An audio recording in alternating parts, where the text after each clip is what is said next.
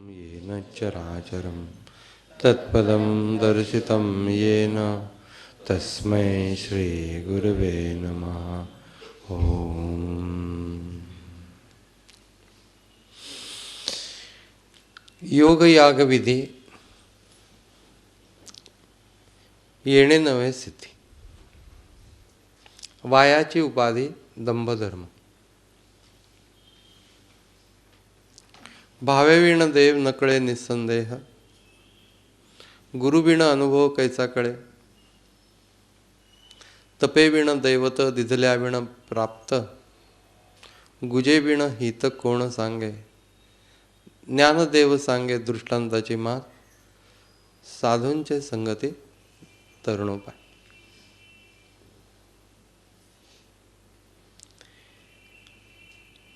योग याग विधियुक्त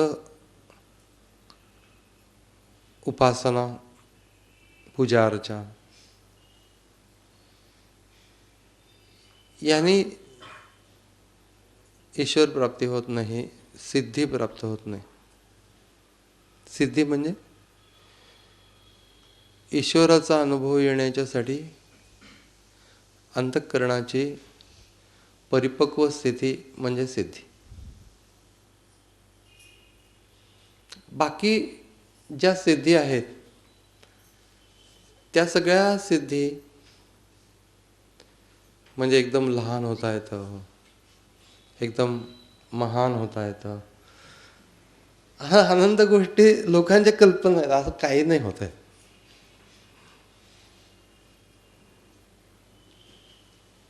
एकदम पाहिजे तिकडे जाता येतं विदाउट तिकीट,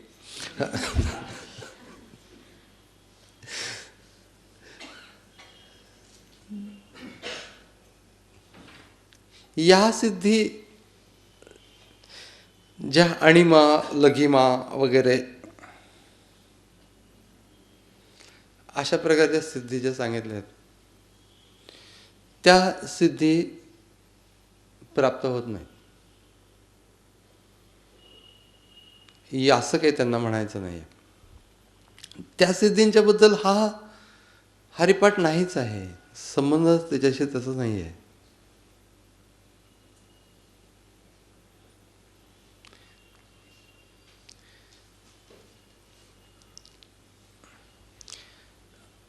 त्यामुळे हरिपाठामध्ये जे सिद्धी म्हणून सांगितलेलं आहे ते सिद्धी म्हणून सांगितलं ते अंतःकरणाची ईश्वर प्राप्त होताना म्हणजे त्याचा अनुभव येण्याच्यासाठी जी सुयोग्य स्थिती लागते ती सुयोग्य स्थिती, ती योग याग विधी यातनं काही प्राप्त होत नाही। विधी म्हणजे विधियुक्त अर्चन।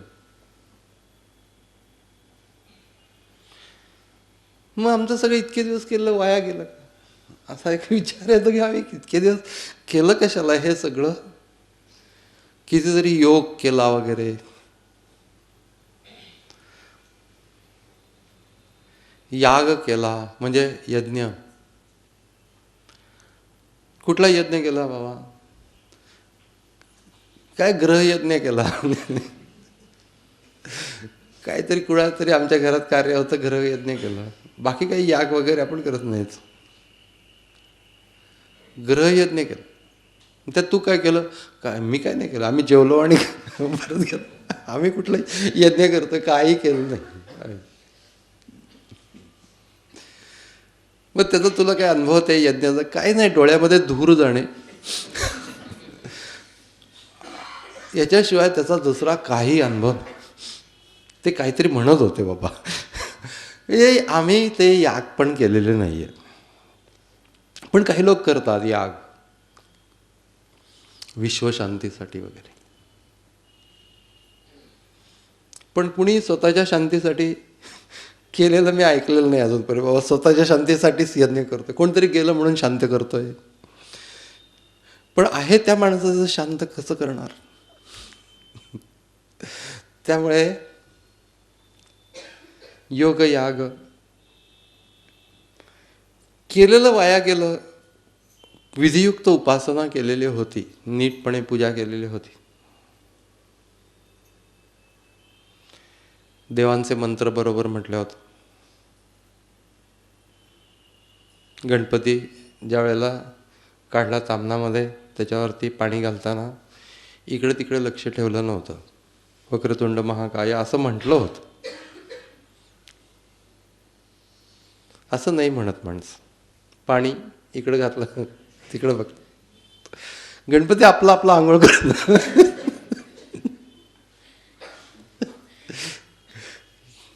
कारण दुसऱ्याची आंघोळ पाहू नये म्हणतात ना, देवांचे सुद्धा.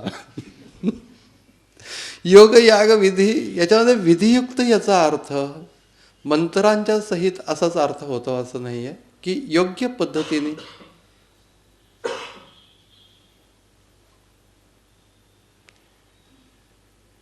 असं केलं पण त्याचा काही उपयोग नाही असं ज्ञानेश्वर महाराजांनी सांगितलं. येणे नव्हे सिद्धी. का नाही बरं आम्ही इतकं सगळं केलं असताना परत वायाची उपाधी दंभधर्म, मी इतकं केलं असा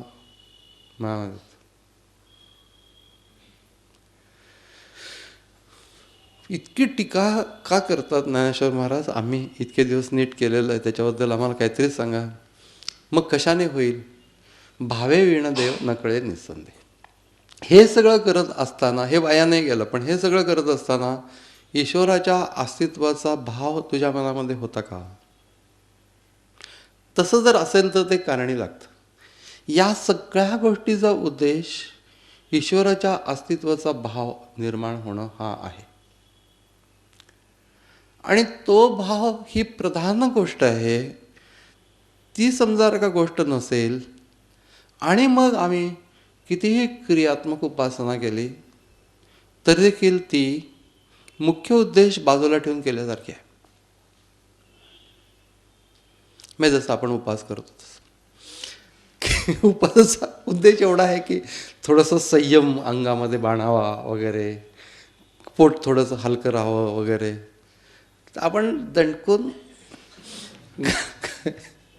तो उपास कशासाठी करतोय कुणा टुकतो हा शब्द सुद्धा त्याला लावता कामा नाही.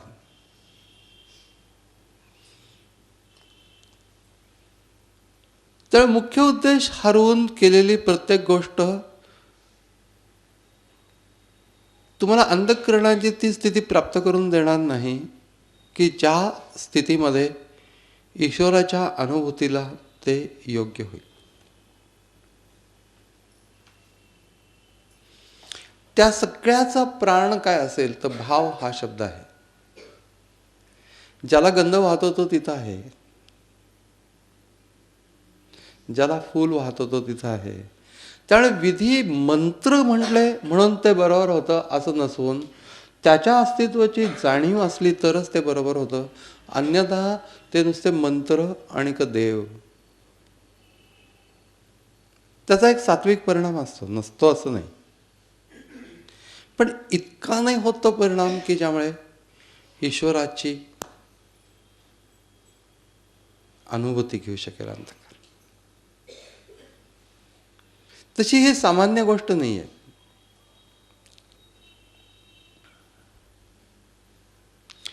सगळं जग यासाठी म्हणून विविध स्तरांवरती प्रयत्न करतं. कित्येक काळापासून. आणि त्यातल्या क्वचित एखाद्या व्यक्तीला ते प्राप्त होतं.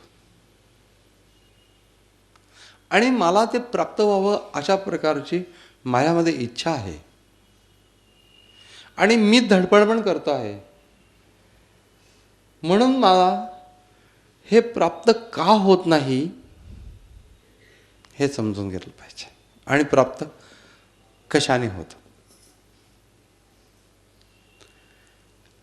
हा काय आमचा आध्यात्मिक मनोरंजनाचा भाग नाही आहे की बाबा काही काही लोकांना गाण्यामध्ये आवड असते, काही काही लोकांना स्पोर्ट्समध्ये आवड असते, काही काही लोक आध्यात्मिक चॅनेल्स बघतात. हा तसा मनोरंजनाचा विषय नव्हे, मला अनुभूती येण्याचा हा विषय आहे.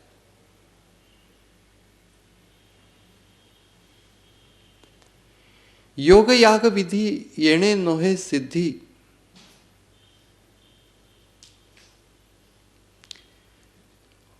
वायाची उपाधी दंभ धर्म.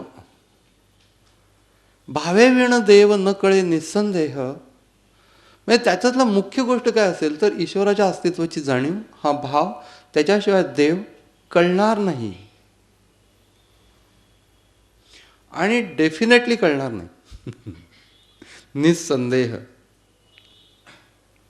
म्हणजे कळणार नाही हे निस्संदेह आहे, असा त्याचा एक अर्थ होतो. आणि दुसरा अर्थ असा होतो, कळेल पण निस्संदेह कळणार नाही. कुठेतरी शंका राहील, अनुमान राहील. असं असं असेल त्या अर्थी तसं असेल. जेथे अनुमान राहिला तेथे परमार्थ केला तो वाया गेला. असं समर्थाने म्हटलेलं आहे की मला डायरेक्ट अनुभूती आली पाहिजे. म्हणून भावे विण देव न कळे निस्संदेह. कळेल, शास्त्राने कळेल, विचारांनी कळेल, पण निस्संदेह नाही कळणार. आणि त्याचा सुद्धा एक मार्ग आहे, गुरुविण अनुभव कैसा कळेल. त्याला एक गुरूंनी सांगितलेला गुरुगम्य असा मार्ग आहे की जो परंपरेने चालत आलेला आहे आपल्यापर्यंत.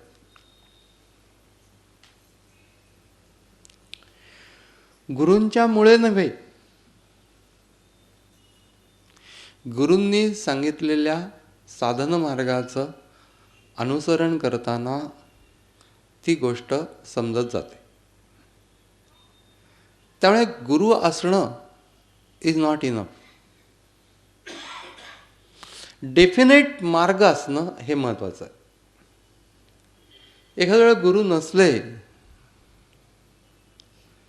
आणि मार्ग असला तरी देखील ती गोष्ट जास्ती महत्वाची आहे की जसं की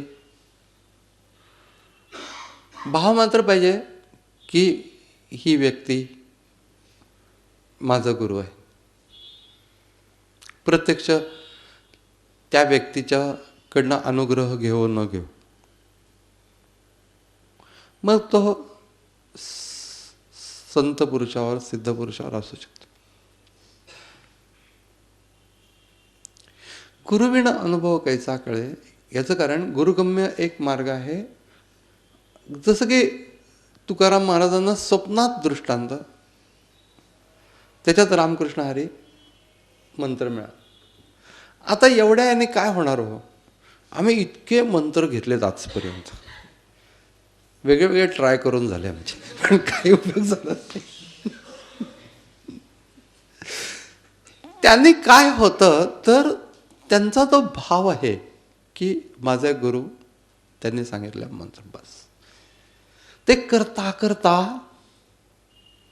आतमध्ये तो मार्ग प्रकाशित होत गेला. त्यामुळे इथे सुद्धा भावाचा संबंध आहे.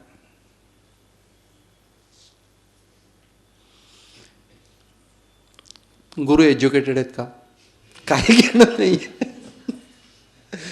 त्या गुरूंना आध्यात्मिक अनुभूती असणं आवश्यक आहे, बाकी काही आवश्यक नाहीये. त्यांच्या युनिव्हर्सिटीमध्ये ना ज्ञानेश्वर प्रतिष्ठान काढायचं होतं. मग त्या ज्ञानेश्वर प्रतिष्ठानामध्ये तिथं ते मीटिंग सगळेजण स्कॉलर, सगळे PhD. आणि मग ते म्हणले की ते ज्ञानेश्वर प्रतिष्ठान काढण्याचे सगळे जे सदस्य असतील ते सगळे सदस्य PhD असले पाहिजे. त्याच्यावर एक म्हटलं, ज्ञानेश्वर कुठं होते PhD? त्यांना इथलं कळत असलं पाहिजे, ज्ञानेश्वरीतलं ते PhD असून काय करणार.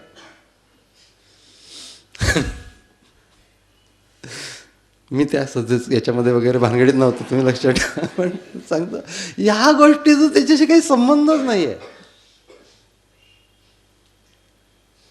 फर्स्ट हँड एक्सपिरियन्स आणि फर्स्ट हँड इन्फॉर्मेशन या दोन गोष्टीमध्ये फरक आहे.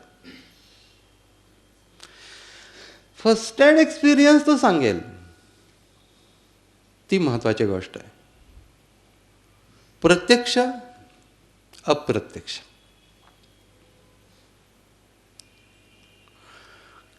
तपे विण दैवत दिदल्या विण प्राप्त गुरु विण हित गुजे विण हित कोण सांगे. गुज गोष्ट, गुह्य गोष्ट म्हणजे या मार्गाचं अंतरंग.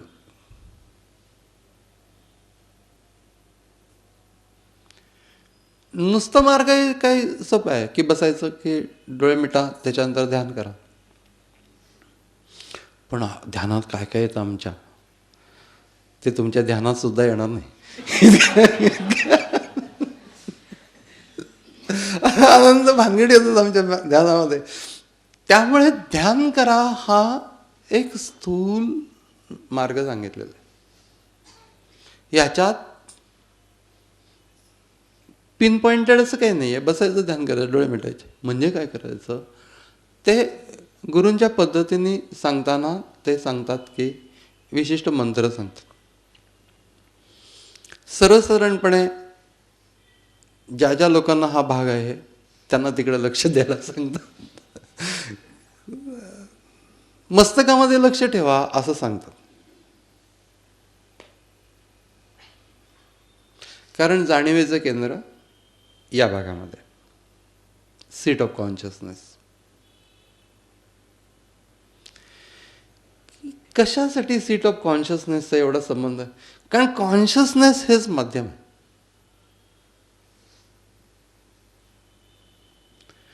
त्यामुळे ते कॉन्शियसनेस ज्या ठिकाणी ग्रहण होतो आणि त्याला सपोर्टिंग जे फिजिकल ऑर्गन आहे ब्रेन, तिथंच लक्ष ठेवायला लागेल.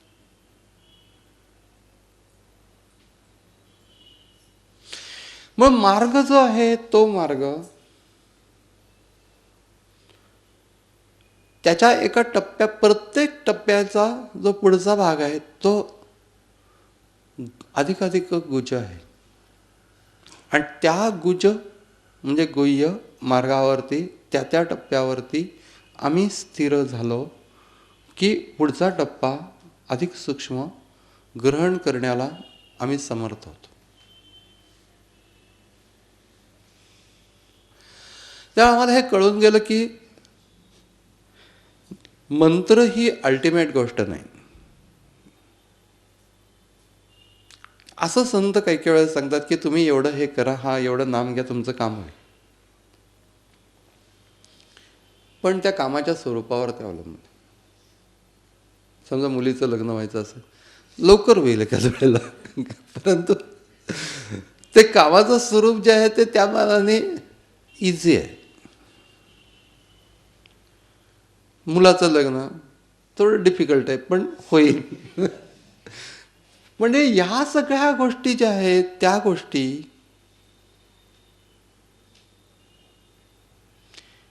ह्या स्थूल स्वरूपातले, सूक्ष्म स्वरूपातले नाही.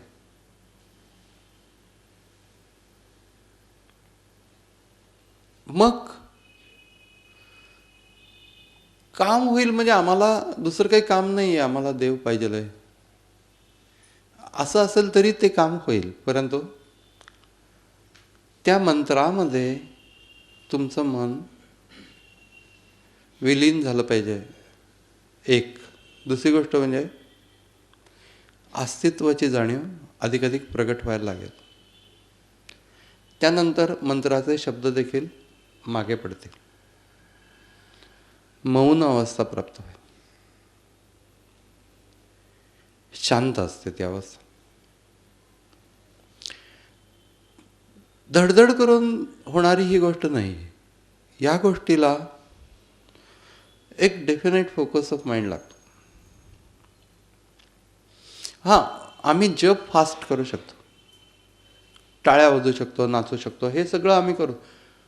पण आम्हाला जर का तत्वाचा अनुभव घ्यायचा असेल तर एक्स्ट्रीमली सायलेंटली लक्ष त्याच्याशी संबंधित होणं आवश्यक आहे की जे तत्व माझ्याच आतमध्ये आहे आणि माझ्या स्वमध्येच ते तत्व आहे.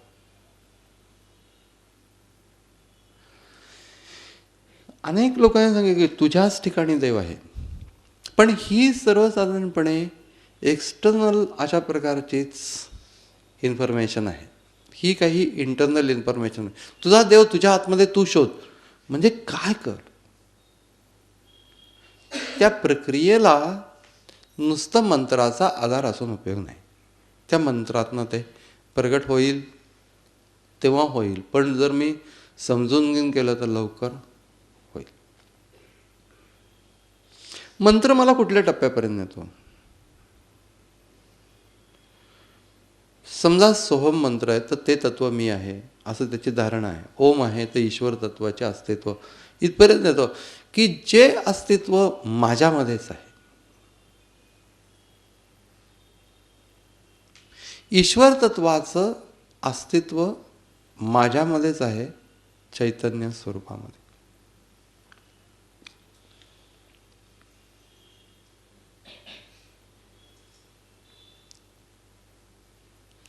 चैतन्य स्वरूप म्हटल्यानंतर मी इमॅजिन करता कामा नये की आतमध्ये चैतन्य म्हटल्यानंतर, चैतन्य म्हटलं की असं चळवळ बिळवळ असं काहीतरी वाटतं की किती चैतन्यपूर्ण वगैरे तेजस्वी, असं काही नाही. काहीही इमॅजिन करणं. इमॅजिन केलं की त्याला एक बायस निर्माण होतो. काय तुला एक्झॅक्टली पाहिजे आहे की तुझ्यामध्ये असलेलं चैतन्य तत्व हे कशामध्ये सामावलेलं आहे? सेल्फ, स्वमध्ये ते आहे. म्हणून त्याला स्वरूपानुसंधान असा शब्द वापरला जातो. सदा स्वरूपानुसंधान हे मुख्य साधूचे लक्षण. स्वरूपानुसंधान याच्यामधला रूप हा शब्द हा आम्हाला थोडासा आधार लागतो म्हणून तो आहे. त्या रूप या शब्दाला काही अर्थ नाही. स्वचं ज्या वेळेला आम्ही आतमध्ये अनुसंधान करतो त्यावेळेला तिथं काही रूप वगैरे नसतं.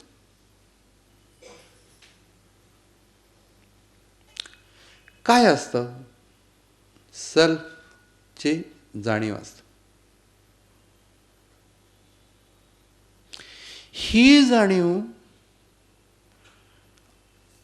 आतमध्ये ज्या तत्वामुळे निर्माण होते ते तत्व म्हणजे आत्मतत्व. आता आत्मतत्व हा भाग वेग झाला. याचं कारण जाणीव ही गोष्ट मला बुद्धीला समजू शकते. त्या तत्वापासून निर्माण होते ते आत्मतत्व ही गोष्ट अंधारात आहे, मला माहिती नाही आहे. मी ते तत्व इमॅजिन करतो. जाणीव इमॅजिन करत नाही. जाणीव ही मला कळते. जर मी नीट लक्ष दिलं तर स्वची जाणीव मला हळूच बुद्धीला समजते. ही जी बुद्धीला जाणीव समजते तीच जाणीव बुद्धीने होल्ड करायची आहे. इथपर्यंत आम्हाला टप्पा माहिती आहे की बुद्धीने ती जाणीव होल्ड करायची. हे सगळं कोण करतं? Personality self.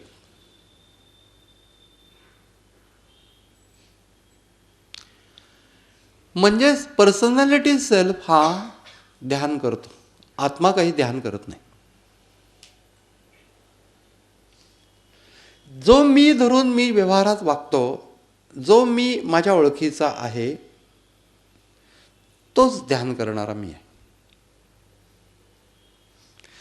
पण ज्या मीचं ध्यान करतोय तो तितका ओळखीचा नाही आहे, पण त्याची जाणीव मात्र मला समजू शकते. म्हणून जाणीव ज्या मीला समजू शकते तो मी ध्यान करतो. आणि ध्यान करतो, कुणाचं ध्यान करतो? तर स्वचं म्हणजे आत्मतत्वाचं, म्हणजे माझं स्वतःचं मूळ स्वरूप जे आहे त्याचं ध्यान करतो. मीच माझं ध्यान करतो. ज्ञानेश्वर महाराजांनी हीच ध्यानाची पद्धत आहे असं सांगितलेलं आहे. स्पष्टपणे. काय ध्यानाची पद्धत आहे? ध्याता ध्यान करणारा. आपण पेची परी ध्यानरूप वृत्ती माझारी ध्येयत्वे घे. स्वतःला ध्येय करून ध्याता स्वतःचं ध्यान करतो. हे अवधारी ध्यान रूढी घा. याला ध्यानाची पद्धत असं म्हणतात. म्हणून ध्याता कोण आहे? तर हा पर्सनॅलिटी सेल्फ हा ध्याता आहे.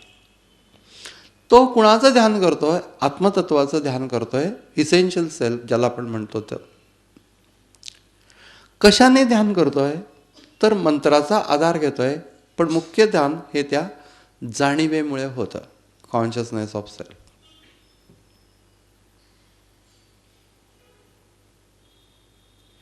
मग आता काय होतंय की ध्यान करणारा मी हा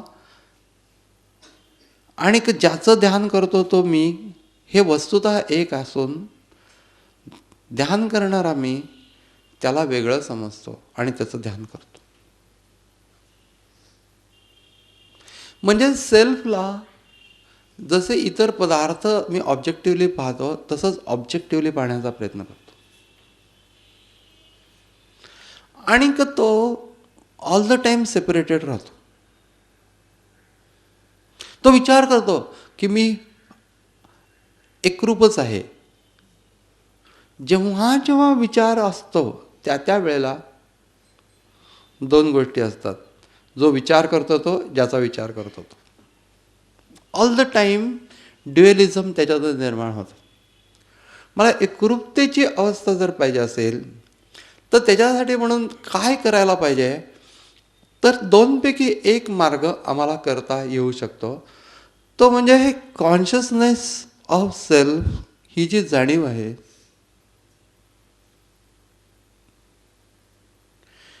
त्या जाणीवेला जर आम्ही पकडलं तर त्याच्याबरोबर इथे या भागामध्ये व्हायब्रेशन्स डेव्हलप होत असतात. आणि त्या व्हायब्रेशन्सच्या बरोबर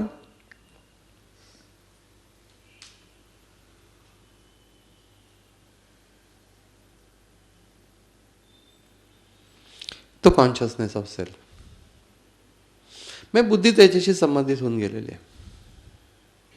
याने बरीच तयारी निर्माण होते अंतःकरणाची. कपॅसिटी टू ग्रास्प की हा सूक्ष्म विषय आहे. त्यामुळे त्याला शब्द नाही आहेत. हे सगळ्यात अवघड गोष्ट आहे की त्याला शब्द नाही आहेत. त्याचा विचार एका टप्प्यापर्यंत माल देतो, त्याच्या पलीकडच्या टप्प्याला विचार नाही आहे. मग त्या कॉन्शियसनेस ऑफ सेल्फला माझं लक्ष जोडून ठेवलं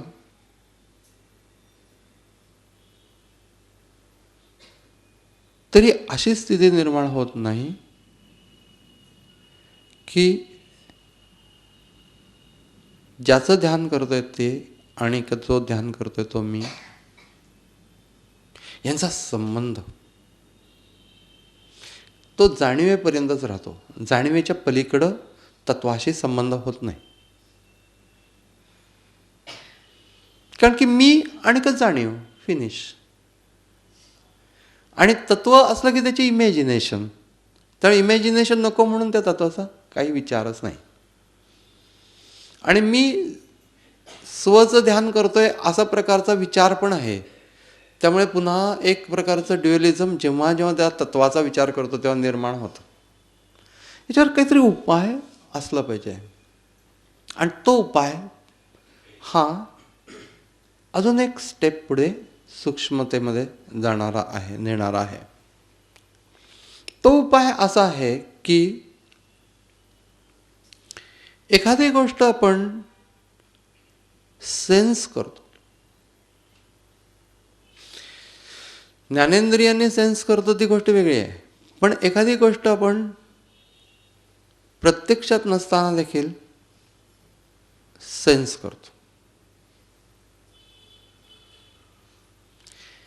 एखाद्या महापुरुषाच्या समाधीच्या पाशी त्याला मी सेन्स करतो.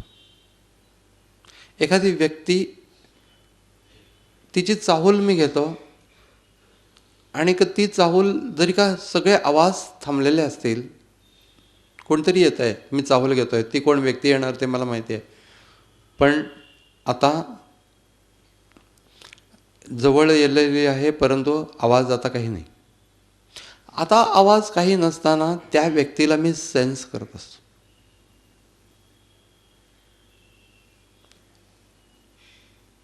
तसं मी जर मला सेन्स केलं,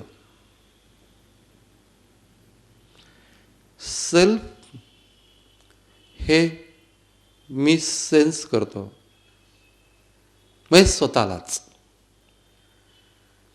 ज्यावेळी मी स्वतःला स्वतः सेन्स करतो त्यावेळेला तत्व आणि मी वेगळे राहत नाही.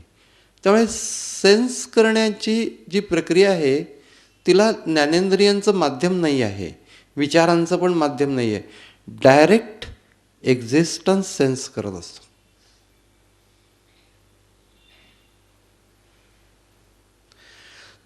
तसं थोडा वेळ जमलं तर आपल्याला ती गोष्ट जमून जाण्याची शक्यता आहे.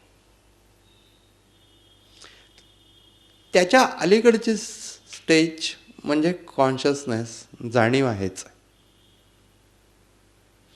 पण जाणीवेच्या बाबतीमध्ये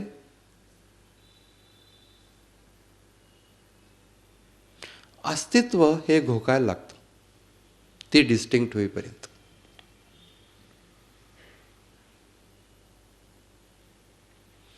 पण ज्या वेळेला मी स्वतःला सेन्स करतो त्यावेळेला एकही सेपरेट एंटिटी राहत नाही. आणि फंक्शन पण आहे त्याच्यामध्ये. जी अंतःकरणाची प्रवृत्ती आहे ती पण तिथे कार्य पण करते, पण त्याचबरोबर ते कार्य तिथेच त्याच ठिकाणी राहतं. म्हणजे एखादा बिंदू आहे आणि त्याच्यावर पुन्हा पेनने पुन्हा बिंदू काढणं, पुन्हा त्याच बिंदूवरती बिंदू काढणं, असं करण्यासारखं ते आहे.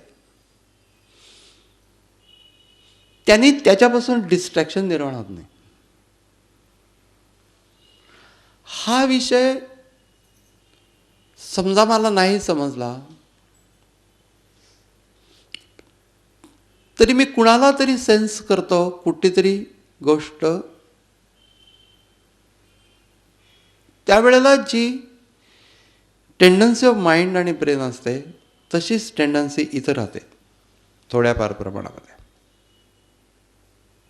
एखादा कुठून तरी सुवास आहे आणि कशाचा आहे मला माहिती नाही, पण छान आहे, मला थोडासा ओळखीचा आहे, तर मी त्याचा सेन्स घेतो. पहिल्यांदा नाकाने वास घेतो आणि मग मी मेंदूची एक प्रक्रिया होते आणि त्याने मी ते सेन्स करतो. पण आता इथे ज्ञानेंद्रिय माध्यम नाही आहे. डायरेक्ट स्वला अंतःकरणाचा कुठलाही असा मोठा भाग विचारांचा वगैरे नसून डायरेक्टली सेन्स करतायत. हा एक स्वतंत्र असा विषय आहे की जो लिटरेचरमध्ये नाही आहे. पण तुम्ही जर का तसा प्रयोग केला तर तुम्हाला असं लक्षात येईल की हे जमत आहे. जसं कॉन्शियसनेस ही गोष्ट आम्ही खूप नीटपणाने अगोदर काही बोललेलं नाही आहे, लिटरेचरमध्ये फारशी नाही, पण आम्हाला हे समजलं की जाणीव ही महत्त्वाची गोष्ट आहे. त्या शब्दांच्या पेक्षा, मंत्राच्या पेक्षा जाणीव ही जास्ती महत्त्वाची आहे. मग जाणीव आम्हाला समजायला लागली हळूहळू, पण ती प्युअर नसते, तिच्याबरोबर इतर काही थॉट्स असतात. त्याच्यानंतर हळूहळू असं लक्षात आलं की तरी देखील चालतंय. जाणीव एकदा समजली की ती एस्टॅब्लिश होते.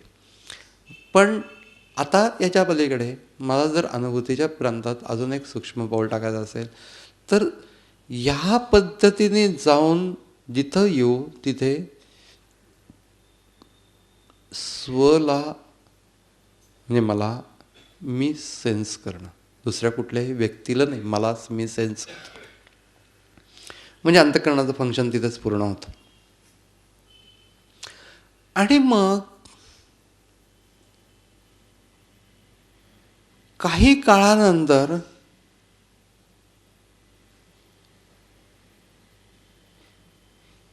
हे दोन्ही मी एकमेकांची पासून वेगळे न राहता एकत्रित रीतीनेच एक युनिफाईड अशा प्रकारची जाणीव या स्वरूपामध्ये राहते. मग मला लक्षात येतं की there is no separate self. मीच त्या ध्यानाच्या वेळेत या पद्धतीने थोड्या वेळपर्यंत, समजा का हे नाही जमलं तर मंत्र आहेच. ज्या टप्प्यावरून आम्ही तिथपर्यंत झेप घेतो त्याच्यामध्ये मंत्र आहे, जाणीव आहे आणि का त्याच्यानंतर सेल्फ आहे. त्याच्यामधली ही प्रक्रिया आहे की सेन्सिंग सेल्फ, स्वलाच स्वनी सेन्स करणं. अनुसंधान म्हटलं की एक वेगळं काहीतरी आहे आणि ते पण असं नाही आहे. माझा मीच सेन्स करतो. आणि ही गोष्ट डेफिनेटली जमेल. थोडासा शांतपणाने करण्याचा भाग आहे.